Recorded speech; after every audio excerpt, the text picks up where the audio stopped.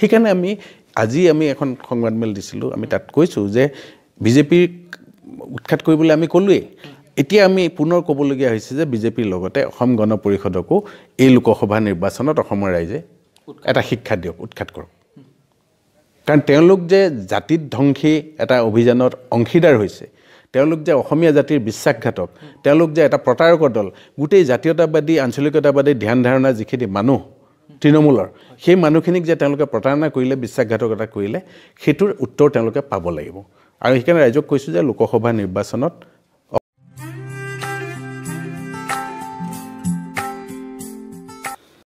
G sir নাগৰিকত্ব বিৰোধী মঞ্চই ৰাজ্যিক অভিৱৰ্তন পাতিলে তাত বিজেপি উৎখাত কৰক অসম বচাওক ভাৰতবৰ্ষ বচাওক শ্লোগান দিছিল কিয় স্যাৰ মানে এই গোটেই কথাটো হ'ল আমাৰ সংগঠনটোৰ নাম হ'ল নাগৰিকত্ব আইন সংশোধন বিৰোধী মঞ্চ আমি 2016 চনৰ পৰা লাগি আছোঁ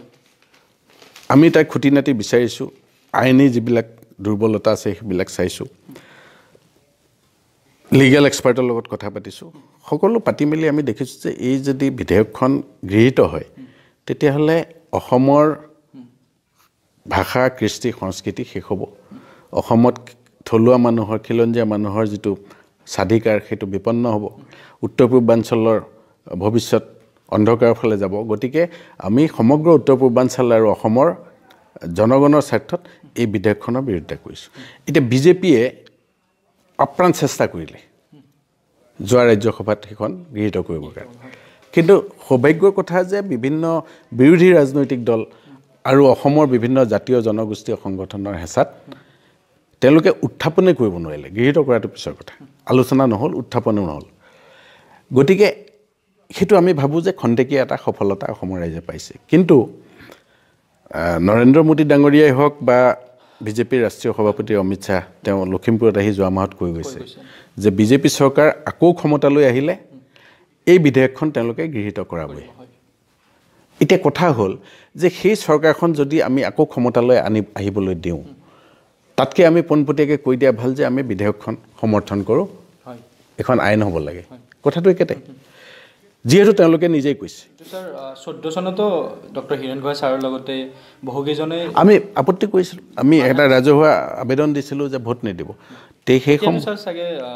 বিলৰ কথা নাছিল তেতিয়া বিলৰ কথা নাছিল সেইটো এইকাৰণে যে বিজেপি দলটো হ'ল এটা সাম্প্ৰদায়িক দল আমি ভাৰতবৰ্ষৰ সংবিধান মতে এখন ধৰ্ম নিৰপেক্ষ ৰাষ্ট্ৰ ইয়াত সকলো ধৰ্মৰ মানুহ থাকিব পাৰে সকলোৱে ইয়াত নিজৰ অধিকাৰবিলাক সুনিশ্চিত কৰিব লাগিব পাব লাগিব কিন্তু তেওঁলোকে আৰম্ভণিৰ পৰা কৈ আছে হিন্দুত্ববাদ ভাৰতবৰ্ষ হিন্দু ৰাষ্ট্ৰ হ'ব অসম হিন্দু ৰাজ্য হ'ব বা বাকী ৰাজ্যবিলাক হিন্দু ৰাজ্য কৰিব সেই কথাটো আমি কেনেকৈ মানি ল'ম ভাৰতীয় সংবিধানৰ প্ৰস্তাৱনাতে এই কথাটো আছে যে এখন ধৰ্মনিৰপেক্ষ ৰাষ্ট্ৰ তো ধৰ্মনিৰপেক্ষ ৰাষ্ট্ৰ এখন হিন্দুত্ববাদী ৰাষ্ট্ৰ কৰিবৰ কাৰণে তেওঁলোকে সংবিধান ওলাই কৰিব আইন কানুন ভৰিৰে গুৰিয়াই পেলাব সকলো যিবিলাক অসম চুক্তিখনক তেওঁলোকে কি নচ্ছাত কৰি পেলাইছে এই ধৰণৰ কথাবিলাক কি কেনেকৈ এইটোতো স্বৈৰতান্ত্ৰিক এটা চৰকাৰৰ কাম এইবিলাক অগণতান্ত্ৰিক স্বৈৰতান্ত্ৰিক গতিকে স্বৈৰতান্ত্ৰিক চৰকাৰ অগণতান্ত্ৰিক চৰকাৰ এটাক সমৰ্থন দিয়াৰ প্ৰশ্ন নাই সেইকাৰণে আমি তেতিয়া কৈছিলোঁ তেতিয়া বহুত মানুহে গোৱাল গালি পাৰিছিলে আমি বহুতে বেয়া গালি পাৰিছে সমালোচনা যথেষ্ট কিন্তু সৌভাগ্যৰ কথা যে 3 মাহ 4 মাহৰ পিছতে সেই মানুহখিনি আকৌ ছ'চিয়েল মিডিয়াতে ক'বলৈ আৰম্ভ কৰিলে যে এই মানুহকেইটাই কোৱা কথাখিনি দেখোন সঁচা আছে সেইটোৱে আমাৰ ভাবোঁ যে আমাৰ কাৰণে ডাঙৰ সফলতা কাৰণ তাৰটো 30-40% মানুহ আকৌ ঘূৰি আহিল বুজি পালে এতিয়াও আমি সেইকাৰণে বিচাৰিছোঁ যে অসমখন বচাব লাগিব ভাৰতবৰ্ষ বচাব লাগিব ইয়াৰ গণতান্ত্ৰিক চৰিত্ৰ বৰ্তি থাকিব লাগিব সংবিধান সুৰক্ষিত হ'ব লাগিব আৰু সেইবোৰ কৰিবলৈ হ'লে বিজেপিক উৎখাত কৰিব লাগিব এতিয়া অসম বা উত্তৰ পূৰ্বাঞ্চলতকৈ মই ভাবোঁ যে ভাৰতবৰ্ষৰ বাকী ৰাজ্যবিলাকত বিজেপিৰ অৱস্থা আৰু শোচনীয় বহুকেইখন ৰাজ্যত গতিকে তেওঁলোক থৰক বৰক আজি তাৰিখত তেওঁলোকে যে চৰকাৰ গঠন কৰিব পাৰিব মুখেৰেতো কয়ে সকলো ৰাজনৈতিক দলে যিজনে আটাইতকৈ 300-400 ভোট পায় তেওঁ কয় যে মোৰ জিকা নিশ্চিত গতিকে সেইটোতো সকলোৰে থাকে ৰাজনৈতিক নেতা বা ৰাজনৈতিক দলৰ গতিকে তেওঁলোকে সেইটো কৈছে কিন্তু আমি বিচাৰিছোঁ যে বিজেপি উৎখাত হওক কিন্তু একে সময়তে কালি যিটো ডেভেলপমেণ্ট হ'ল তো মই কৈয়ে দিছোঁ লগত অসম গণ পৰিষদ এটা আঞ্চলিক দল 855 গৰাকী শ্বহীদৰ কেঁচা তেজৰ ত্যাগৰ বিনিময়ত এই দলটো গঠন হৈছে এই দলটোৱে কৌশলপূৰ্ণভাৱে কেৱল ক্ষমতাৰ কাৰণে আৰু কিছু ধন দিব তেওঁলোকক বুলি শুনিছোঁ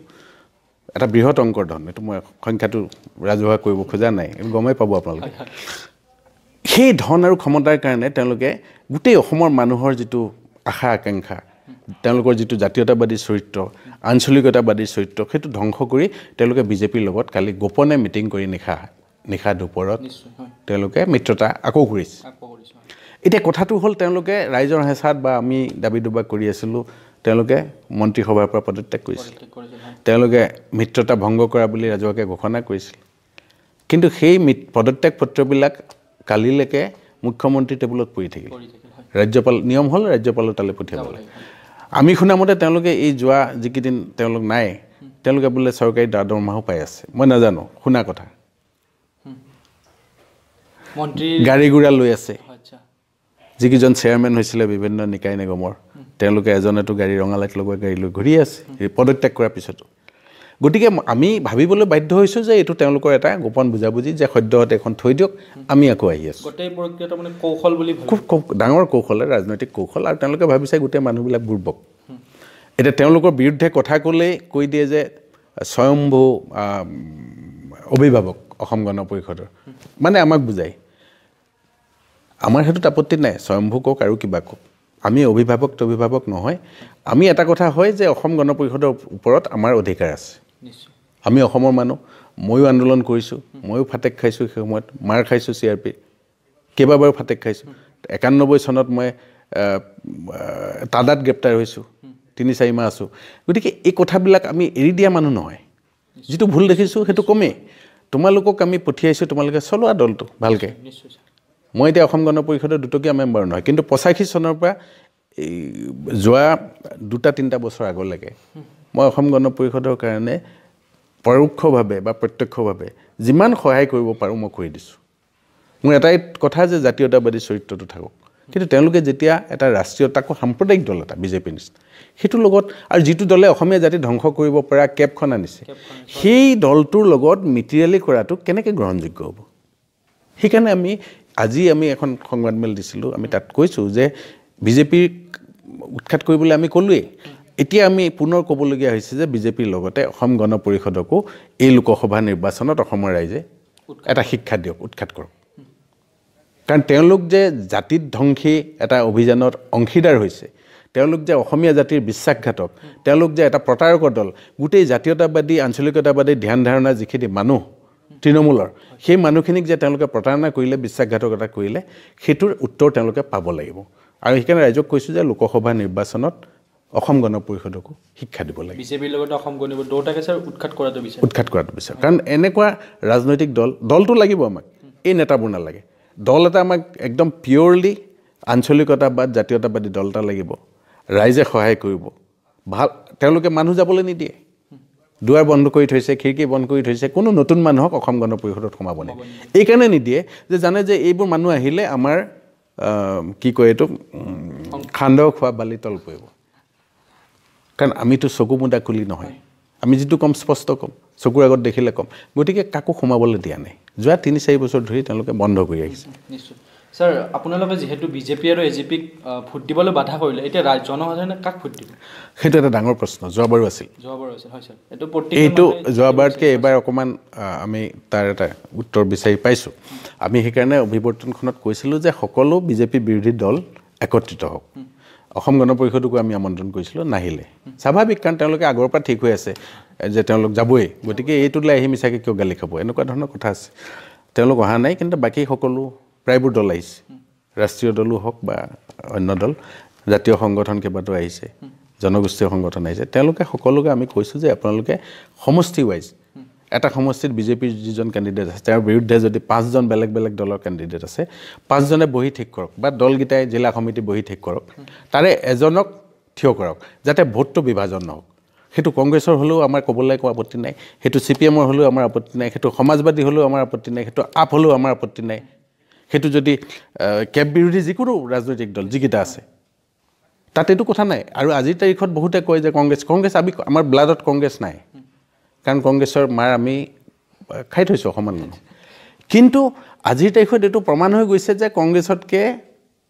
বহু নিকৃষ্ট ৰাজনীতি কৰে বিজেপিয়ে ধৰ্মক লৈ ৰাজনীতি কৰিছে সেইবাবে স্যাৰ আপোনালোকে এতিয়া এখেতসকলক ভোট নিদিবলৈ যি কংগ্ৰেছক পৰোক্ষভাৱে সহায় কৰিছে নেকি কংগ্ৰেছ বুলি নহয় বিজেপি বিৰোধী শক্তিটোক আমি সহায় মুকলিকৈ কৰিম এইটো নহয় যে আমি মিটিং এখন দিলোঁ অভিৱৰ্তন ৰাইজক কৈ দিলোঁ সেইটো নহয় আমি মুকলিকৈ ইয়াৰ বিৰুদ্ধে গোটেই অসম জুৰি আমি সভা সমিতি কৰিম য'ত যি আছে ক'ৰবাত যদি দেখিছোঁ যে ইয়াত কংগ্ৰেছৰ মানুহজনো ভাল সৎ আৰু তেওঁৰ এটা ইমেজ আছে আৰু তেওঁৰ জনপ্ৰিয়তা আছে বহুত জিকাৰ সম্ভাৱনা আছে বাকীসকলক আমি ক'ম যে আপোনালোকে যদি পাৰে আপোনালোক বহি দিয়ক নিশ্চয় আৰু ক'ৰবাত যদি দেখোঁ যে অন্য এটা দলৰ তাত কংগ্ৰেছৰ জনক ক'ম যে আপুনি যদি পাৰে আপুনি বহক কাৰণ এওঁৰ পপুলাৰিটি বেছি এওঁ জিকাৰ সম্ভাৱনা আটাইতকৈ বেছি গতিকে এই কথাটো যদি নহয় আমি সকলোকে কৈছোঁ যে 21ৰ পৰা আকৌ যি কৰে কৰিব দ্বন্দ্ব খৰিয়াল কাজিয়া অন্ততঃ 19ৰ এই লোকসভা নিৰ্বাচনত একমত হওক যে বিজেপি বিৰোধী শক্তিবিলাক আমি একেলগে যুঁজিম সেইটো আমি এপিল দিছোঁ আমি এপিলহে দিব পাৰোঁ কাৰণ আমি ৰাজনৈতিক দল নহয় আহ্বান জনাইছোঁ আমি লাগিলে এখন মজিয়াও তৈয়াৰ কৰি দিব পাৰিম যদি কোনোবাই কয় যে আপোনালোকে মিডিয়েট কৰি বহি দিয়ক আমি সেইটোও কৰিবলৈ সাজু আছোঁ কিন্তু আমি ৰাজনৈতিক দল হিচাপে মানুহক ক'ব নোৱাৰোঁ আৰু ৰাইজৰতো অধিকাৰ আছে যদি ভাবে যে হীৰেণ গোহাঁইদেৱ হৰে কৃষ্ণ ডেকাদেৱ মনজিৎ মহন্ত হাইদৰ হোসেন এইবিলাকৰ বলিয়াবিলাকৰ কথা শুনিব নালাগে আকৌ যদি 2014 বা 16 নিচিনা কাৰবাৰ কৰে সেইটোতো আমাৰ উপায় নাই স্যাৰ বহুতেতো বিচাৰিব পাৰে যেহেতু আপোনালোকে বিজেপি হওক এজিপি হওক ভোট দিবলৈ বাধা কৰিছে আপোনালোককতো স্যাৰ প্ৰতিনিধি হিচাপে বিচাৰিব পাৰে বহুতে বিচাৰিছেও না মই ক'লোঁ নহয় এতিয়াও এবাৰো দুটা মোক এটা দলে নহয় কিন্তু ঘটনাটো হ'ল চক কথাবোৰ এনেকুৱা মইতো ক'লোৱে যে খুব আমি অভ্যস্ত নহয় ৰাজনীতিত সংসদীয় ৰাজনীতিটো বুজি পাওঁ ৰাজনীতি কৰিছোঁ বা কেনেকৈ কৰে সেইটোও জানো কিন্তু আমি প্ৰেক্টিকেল লাইফত ৰাজনীতিত অভ্যস্ত নহয় গতিকে আমি কালি কৈ দিলে আজি মই থিয় হৈ দিব নোৱাৰোঁ আমাৰ মেণ্টেল প্ৰিপেৰেশ্যন লাগিব এটা নিজৰ এছেছমেণ্ট এটা হ'ব লাগিব যে মই পাৰিম নোৱাৰিম আৰু আজিকালি ধন সৰ্বস্ব ৰাজনীতি একোটা সমষ্টিত লোকসভা সমষ্টিত 2 কোটি 3 কোটি 4 কোটি 5 কোটি হিচাপ নাই তাৰ ওপৰত যোনে যিমান পাৰে গতিকে সেই অৰ্থ সম্বলো থাকিব লাগিব বা সেইখিনি আহিব লাগিব ক'ব পাৰে এতিয়া বিজেপিৰ নিচিনা দল এটা বা কংগ্ৰেছৰ নিচিনা দল এটা তেওঁলোকৰতো পইচাৰ অভাৱ নাই গতিকে সেই তেনেকুৱা কথাবোৰ জড়িত হৈ থাকে উঠো বুলি ইচ্ছা কৰিলে বা ৰাইজে বিচাৰিলে মই থিয় হৈ দিব নোৱাৰোঁ যদি কয় যে মই এনেকৈ দিলে ভোট পাম তেতিয়াহ'লে এনেকৈ দি মই গাড়ীখন লৈ ঘূৰি ফুৰিব পাৰোঁ কিন্তু সেইটো প্ৰেক্টিকেল নহয় সেইটোত নহয় আজিকালি ক'ৰবাত সভা এখন কৰিবলৈ ক'লে প্ৰথম কথাই আহিব ছাৰ এই চাহ খাবৰ কাৰণে টকা 1000 মান দি থৈ যাওক প্ৰথম কথা সেইটোৱে কাৰণ চবেই জানে যে ৰাজনীতি কৰিবলৈ অহা মানুহবিলাকে টকাৰ বেগ এটা লগত লৈ ফুৰে সেইটো কাৰণে আমাৰ ৰাজনৈতিক যিটো মূল্যবোধৰ যিটো ৰাজনীতি সেইটো নাইকিয়া হৈছে সকলো টকা বিচাৰে সেইটো মানুহৰ গাত দুখ নাই কাৰণ সেইটো অভ্যস্ত কৰি দিছে ৰাজনৈতিক দলবিলাকে আগৰ যিবিলাক ইমান দিনে যিবোৰে কৰি আহিলে এতিয়া যিবোৰে কৰি আছে সকলো এটাই পন্থা আপোনালোক স্যাৰ আকৌ 52 যদি এই চেনেলটো ছাবস্ক্ৰাইব কৰা নাই এতিয়ালৈকে এই চেনেলটো ছাবস্ক্ৰাইব কৰিব আৰু ওচৰত থকা বেল আইকনটো দবাই দিব ধন্যবাদ